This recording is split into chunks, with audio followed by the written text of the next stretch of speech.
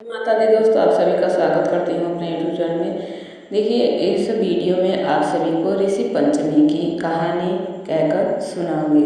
तो देखिए, भाद्रपद माह की शुक्ल पक्ष की पंचमी को ऋषि पंचमी का व्रत रखा जाता है। यह जाने अनजाने हुए पापों के पश्चाताप के लिए स्त्री जो होती हैं, पुरुष दोनों ही कर सकते हैं, लेकिन महिलाएं खासकर इस व्रत को करती हैं क्योंकि मासिक धर्म में जो हमसे गलतियाँ हो जाती हैं, जो जिन कार्यों को करना वर्जित होता है वो कार्य हो जाते हैं, उसकी पाप का नाश करने के लिए इस व्रत को रखा जाता है। इस व्रत में घर पर ही गंगा जल मिलाकर स्नान करना चाहिए। उसके बाद गोबर से लीपकर मिट्टी या तांबे का जल भरा कलश रखकर अष्टदल कमल बनाना चाहिए। माता अरुंधति सहित सप्त ऋषियों की पूजन करना चाहिए इस व्रत में, और वहीं पर पूजन करने के बाद कथा सुननी चाहिए तथा ब्राह्मण भोजन करवाना चाहिए। और उसके बाद स्वयं ग्रहण किया जाता है। इस व्रत में जोता बोया नहीं खाया जाता है। इस व्रत में तिन्नी का चावल और भैंस का दूध दूध से दही बनाकर वही सेवन किया जाता है।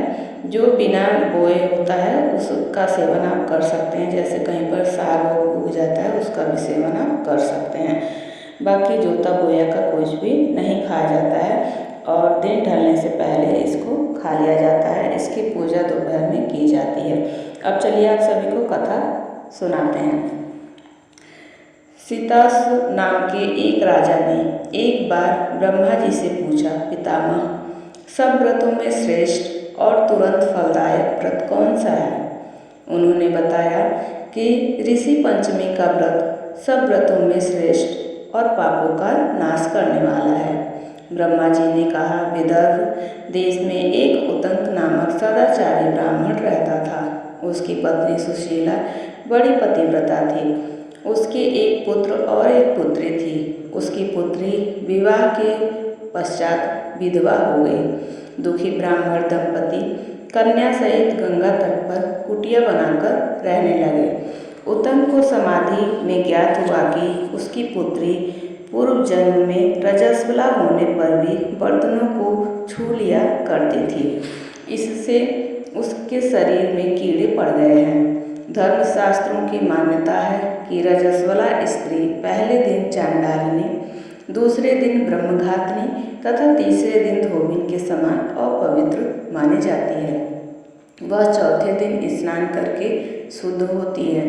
यदि वह शुद्ध मन से ऋषि पंचमी का व्रत करे तो यह पाप मुक्त हो सकती है। पिता की आज्ञा से उसकी पुत्री ने विधि पूर्वक ऋषि पंचमी का व्रत किया और पूजन भी किया। व्रत के प्रभाव से वह सारे दुखों से मुक्त हो गई। वह अगले जन्म में उसे अचल सौभाग्य की प्राप्ति हुई और सभी अक्षय शुभों का भोग मिला। तो ये थी ऋषि पंचमी की कहानी। ये माता अरुंधति सप्त ऋषियों की जय। इसमें सप्त ऋषियों की और संग में माता अरुंधति की पूजा की जाती है।